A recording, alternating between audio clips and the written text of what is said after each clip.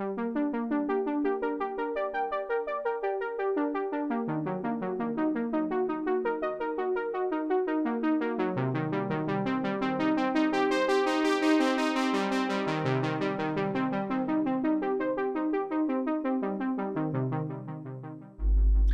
is the GDXA.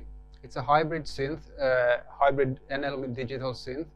It has both an analog part and a digital part, and you can route the digital part through the analog filters if you wish. Personally, I've only used the analog part of the synth. I did a sound collection of 16 patches for Roland.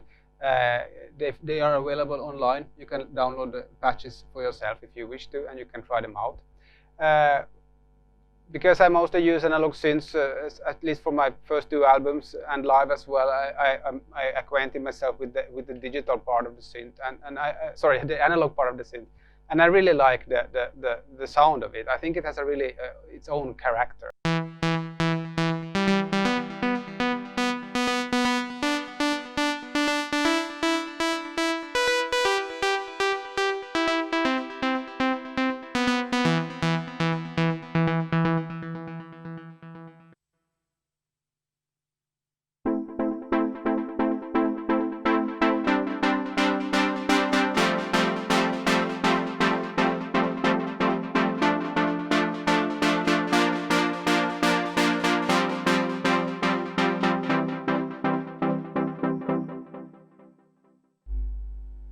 Here are some of the sounds that I made for the GDXA.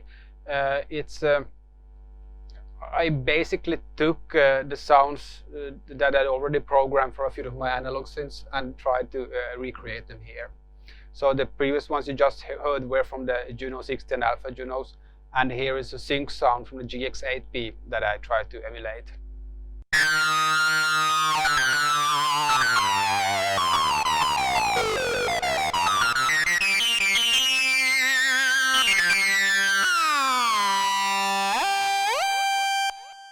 The fun thing is it has both a set of wheels and a pitch bender, and that means that you can program the wheels separately to the pitch bend. So I programmed it so you can with the wheel bend dip an octave down or up, and with the pitch bend it just goes 2 semitones.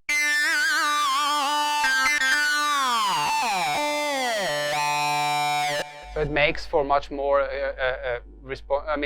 you can make more dynamic playing using that. But because it's you only have in MIDI one pitch bend message. So what I do here is that I drop the oscillator tuning basically. But it works really nice.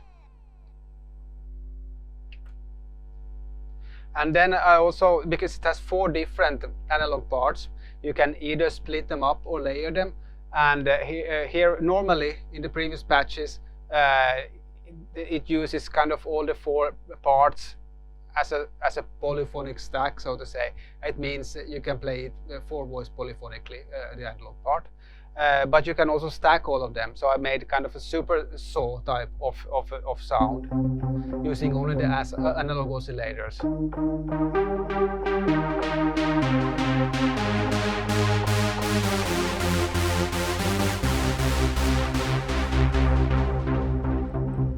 So that's basically 8 sawtooth oscillators slightly detuned between each other. But you can also split it up, so you can have each 4 parts on a different place on the keyboard. So here is an example where I programmed a drum kit type of sound for using the analog part.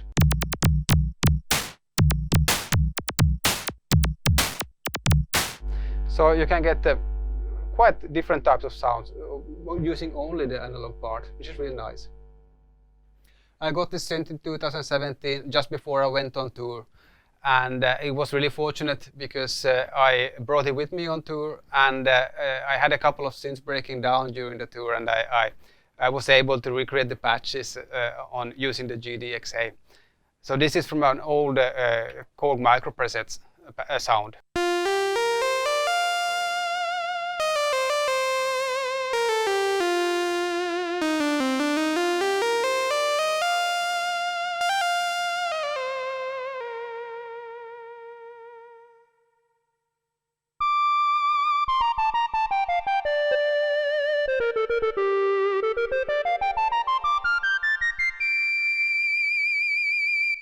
So you can get really like this type of vintage preset synth sounds with it.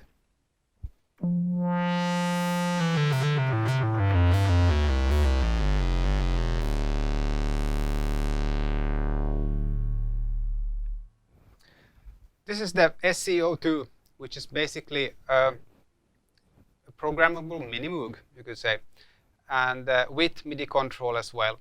So what I've done is I've set up a MIDI control scheme on the GDXA, so all these knobs can control the knobs on the faders on the SCO2.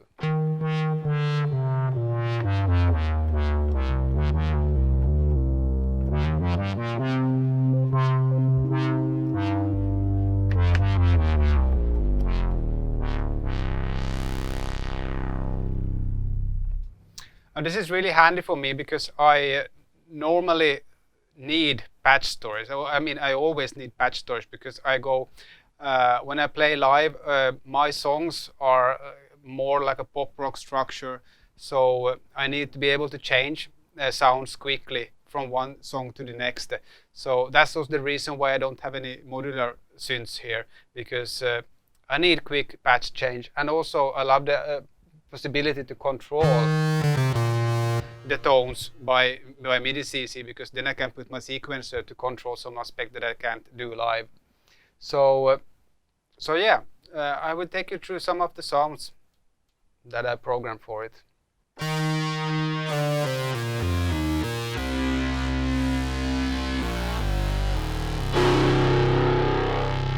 It has a built-in feedback as well. So normally on a Minimoog you would put the headphones out, back, and feed it back into the input on the Minimoog. But on this one, it has already built in a feedback control, so you don't need to patch it separately.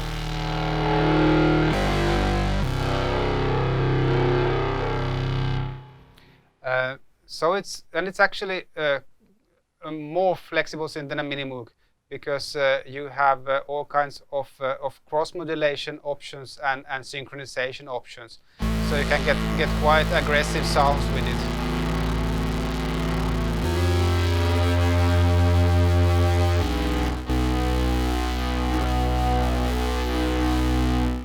So it's a nice one, really aggressive sounding synth.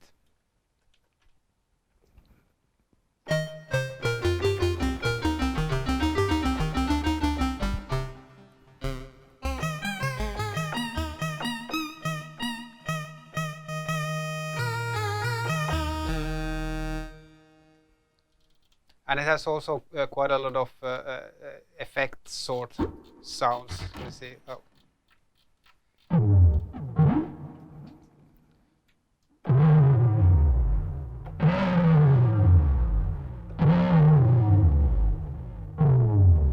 These are the type of sounds you couldn't get with a Minimoog.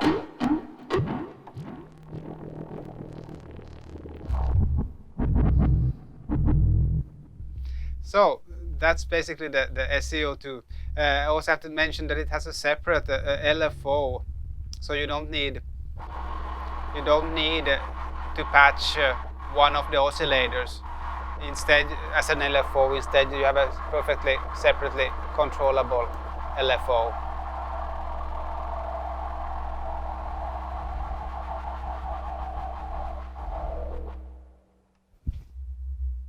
So that's the SCO2.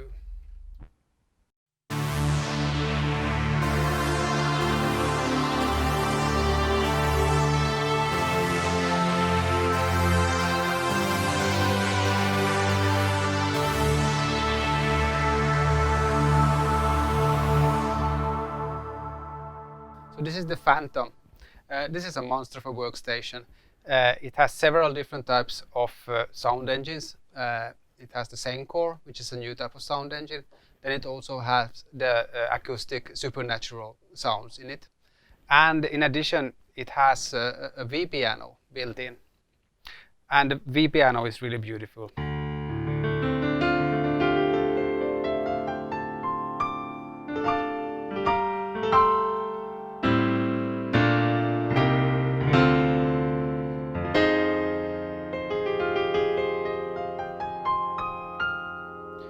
You really have to try this out with a Phantom 8 because that has the weighted piano action, and I love that one. But I'm not a piano player. We are here for the synth sounds, so let's check out some of the synth sounds that it can make.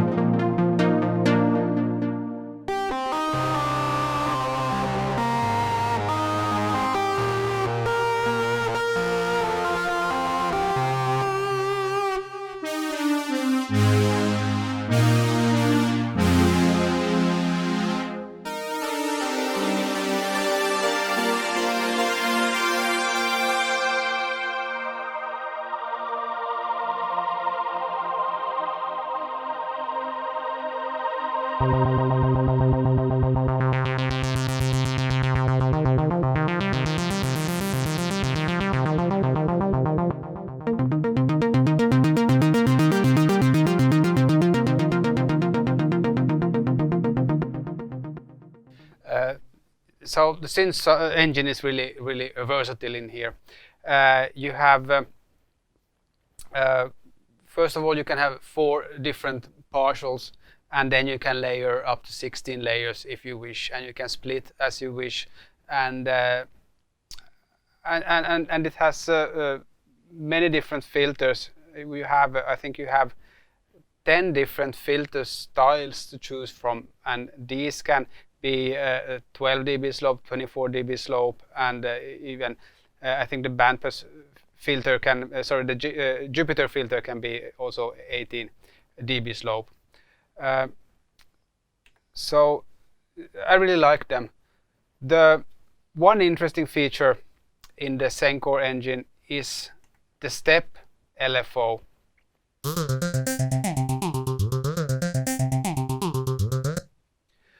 If we check out what's doing that sound, so basically what you have going on is it sounds like a step sequencer, but it's in fact a step LFO.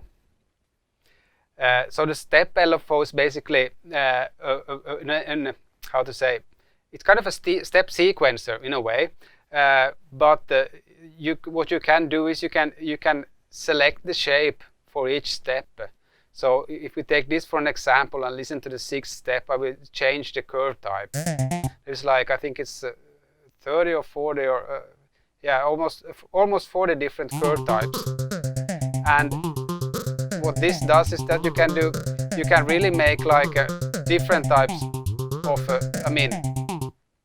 rhythmical effects with this, and it's a super powerful tool for making rhythmical effects.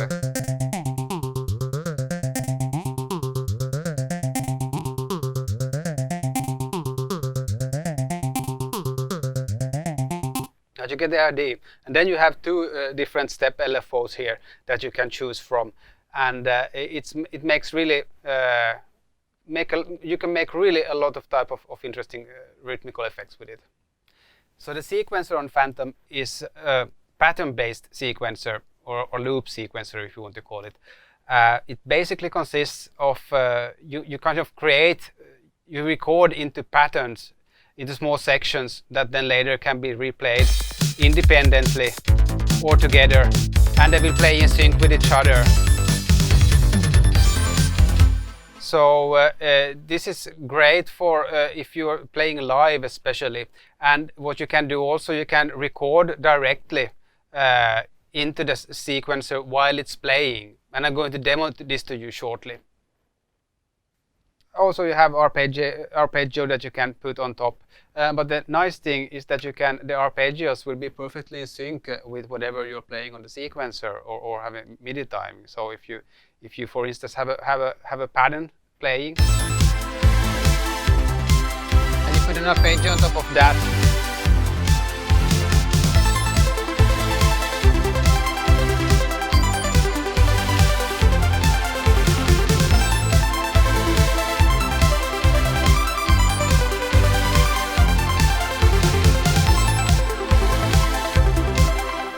so it's really like in sync all the time, and that's really nice.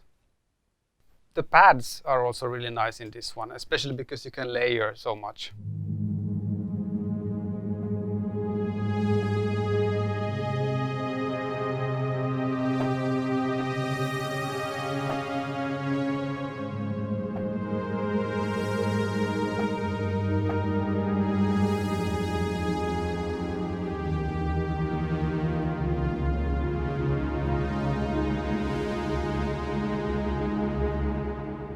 And then you can also always bring in layers if you wish on top of that.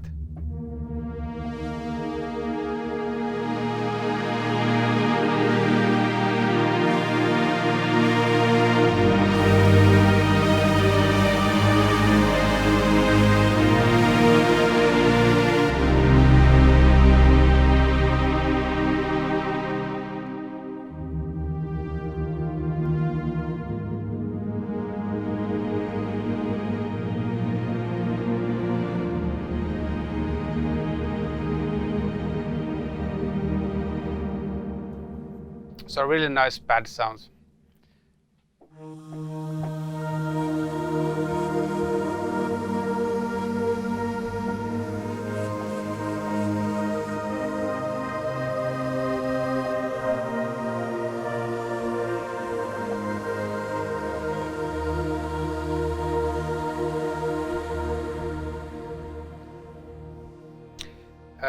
To make more moving pads, there is a function called motional pads. In this function, you use the touch screen to mix between 4 different zones or layers in the Phantom.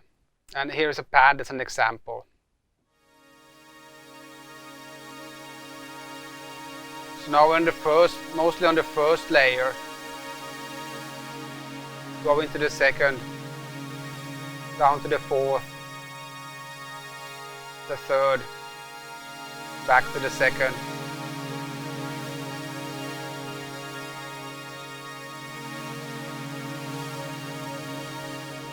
Kind of like a joystick, but it's on the touch screen.